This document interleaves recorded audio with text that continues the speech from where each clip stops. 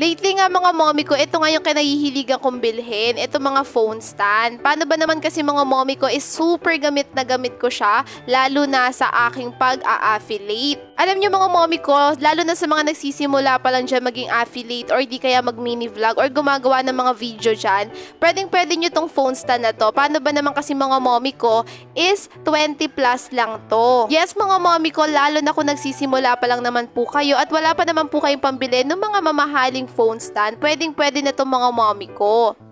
Yes mga mommy ko, nakaka-hold na rin naman ito ng mga mabibigat na phone.